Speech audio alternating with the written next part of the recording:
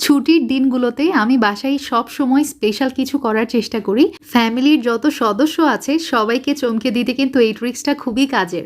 Not only that, বউ ভাত, হলুদের অনুষ্ঠান কিংবা আক্তের অনুষ্ঠানেও কিন্তু এই ডালাটা যদি আপনি সাজিয়ে নেন তাহলে সবার নজর থাকবে এই ডালার দিকেই। তবে এই ডালাটা আমি বানিয়ে নিয়েছিলাম আমাদের একটা বিশেষ অকেশনে। তো যাই হোক, যে কোনো অকেশনেই এই ডালাটা বানিয়ে নিতে পারেন খুবই ইজিলি। প্রথমেই আমি রান্না করে নিয়েছিলাম আস্ত চিকেন রোস্ট। এটা আমার আম্মুর রেসিপিতে আমি রান্না করেছি। এটা রান্না করা যে এতটাই সহজ, যেমন সহজ রান্না করা তেমন মজা হয় খেতে। আমি এই আস্ত চিকেন রোস্টের রেসিপি আপনাদের সঙ্গে আগেও শেয়ার করেছি, তবে ডেসক্রিপশন বক্সে ফুল রেসিপির লিঙ্ক দেওয়া থাকবে, অবশ্যই আপনারা চাইলে চেক করে নিতে পারেন। আর এখন আমি নেক্সট প্রিপারেশনে চলে যাচ্ছি, সেটা হচ্ছে গরুর মাংস।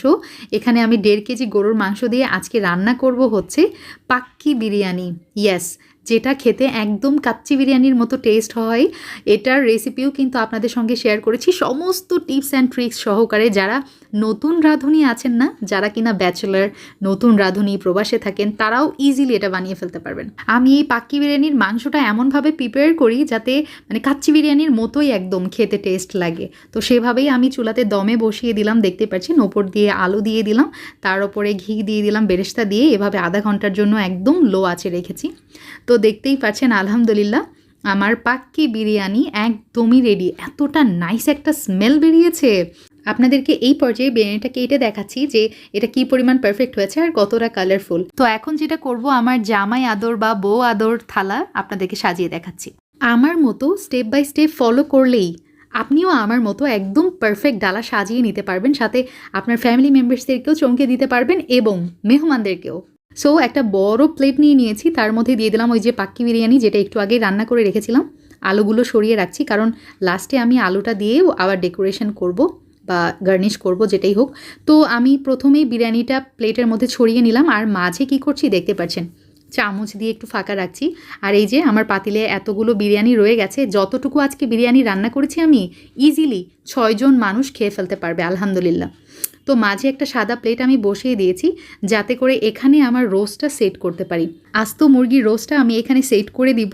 আর এই কারণেই কিন্তু এই প্ল্যাটারটার বা এই ডালাটার মানে লুকসটা আরোই মানে ইনোভেটিভ এবং রাজকীয় একটা লুকস চলে আসে।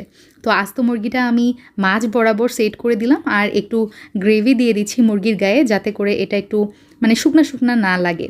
এখন আমি যেটা করব, ওই যে সিদ্ধ করা আলুগুলো, মানে কাচ্চি বা পাক্কি বিরিয়ানির সাথে আলু না হলে তো জমে না, তাই না? তো আলুগুলো আমি সাইড দিয়ে দিলাম।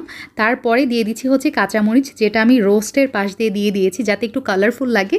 আর কতগুলো ডিম আমি সিদ্ধ করে রেখেছিলাম, সেটা জাস্ট 2 ভাগে ভাগ করে নিয়ে আমি হচ্ছে রোস্টের চারিপাশে দিয়ে দিয়েছি। শামি কাবাবের রেসিপিও কিন্তু আমার চ্যানেলে আছে, আমি ডেসক্রিপশন বক্সে লিঙ্কটা শেয়ার করে রাখবো, আপনারা দেখে নিতে পারেন। সবচেয়ে সহজ বাবুর্চি স্টাইল শামি কাবাব। তো শামি কাবাব দিয়ে আমার প্লেটটা চারিপাশে সাজিয়ে দিলাম। That's it. আলহামদুলিল্লাহ, আমার ভালোবাসার ডালা অথবা জামাই আদর থালা রেডি টু সার্ভ। আপনারা চাইলে কিন্তু এই যে এখন বিয়ের সিজন চলছে, হলুদের সিজন, বিয়ের সিজন, এরকম একটা ডালা সাজিয়ে নিতে পারেন ইজিলি। আর বিয়ে বাড়িতে তো কাচ্চি, রোস্ট, কাবাব এগুলো থাকেই, সব একসাথে অ্যারেঞ্জ করে এরকম একটা রাজকীয় ডালা তো সাজানোই যায়, তাই না? পোলাও আর রোস্ট ব্যবহার করেও কিন্তু রাজকীয়ভাবে জামাই থালা সাজানো যায়। আপনারা চাইলে সেই রেসিপিটা আপনাদের সঙ্গে শেয়ার করবো ইনশাল্লাহ। সমস্ত রেসিপির লিঙ্কগুলো আমি একসাথে ডেসক্রিপশন বক্সে দিয়ে রাখবো এবং কমেন্ট বক্সেও শেয়ার করে রাখবো। সো আপনারা চাইলেও কিন্তু এই রেসিপিটা শেয়ার করে রাখতে পারেন, একসাথে সব রেসিপির লিঙ্ক পেয়ে গেলেন আর কি। Enough for today. আল্লাহ হাফেজ, আসসালামু আলাইকুম।